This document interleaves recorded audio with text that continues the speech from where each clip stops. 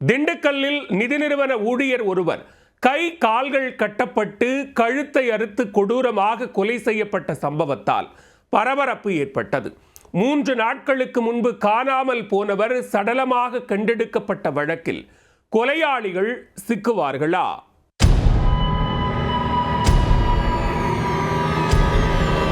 திண்டுக்கல் தோமையார்புரம் மேடு பகுதியில் ஆண் சடலம் ஒன்று கிடப்பதாக அவ்வழியாக சென்ற பொதுமக்கள் போலீசாருக்கு தகவல் தெரிவித்துள்ளனர். உடனடியாக சம்பவ இடத்திற்கு சென்ற திண்டுக்கல் தாலுகா காவல் நிலைய போலீசார் உடலை கைப்பற்றி உடற்கூறு ஆய்விற்காக அங்குள்ள அரசு மருத்துவமனைக்கு அனுப்பி வைத்தனர். பின்னர் கொலை செய்யப்பட்டவர் யார், கொலைக்கான காரணம் என்ன என்பது குறித்து முதற்கட்ட விசாரணையை தொடங்கின. சம்பவ இடத்திற்கு மோப்ப நாய்கள் வரவழைக்கப்பட்டும் தடயவியல் துறையினர் மூலமும் ஆய்வு மேற்கொண்டனர். அப்போது கொலை செய்ய பயன்படுத்திய பட்டாக்கத்தியை அங்கிருந்து கைப்பற்றினர். தொடர்ந்து விசாரணை மேற்கொண்டதில் கொலை செய்யப்பட்டவர் திண்டுக்கல் சின்னாடம்பட்டி பகுதியைச் சேர்ந்த பாலமுருகன் என்பது அடையாளம் காணப்பட்டது. 39 வயதான அவருக்கு திருமணமாகி 2 குழந்தைகள் உள்ளன.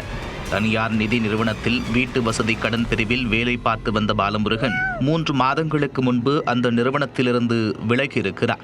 கடந்த 3 நாட்களுக்கு முன்பு திடீரென பாலமுருகன் காணவில்லை என்று அவரது குடும்பத்தினர் சின்னாளப்பட்டி காவல் நிலையத்தில் புகார் அளித்திருந்தனர். இந்நிலையில் தோமையார்புரம் அருகே கை, கால் மற்றும் கண்கள் கட்டப்பட்டு கழுத்தை அறுத்து கொடூரமாக கொலை செய்யப்பட்டு சடலமாக கண்டெடுக்கப்பட்டுள்ளார்.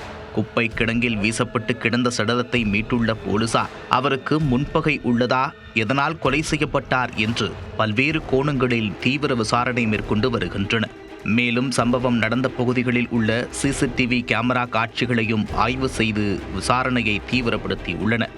இந்த வழக்கில் குற்றவாளிகளை கைது செய்த பின்னரே கொலைக்கான காரணம் குறித்து தெரியவரும் என்று போலீசார் தரப்பில் தெரிவிக்கப்பட்டுள்ளது.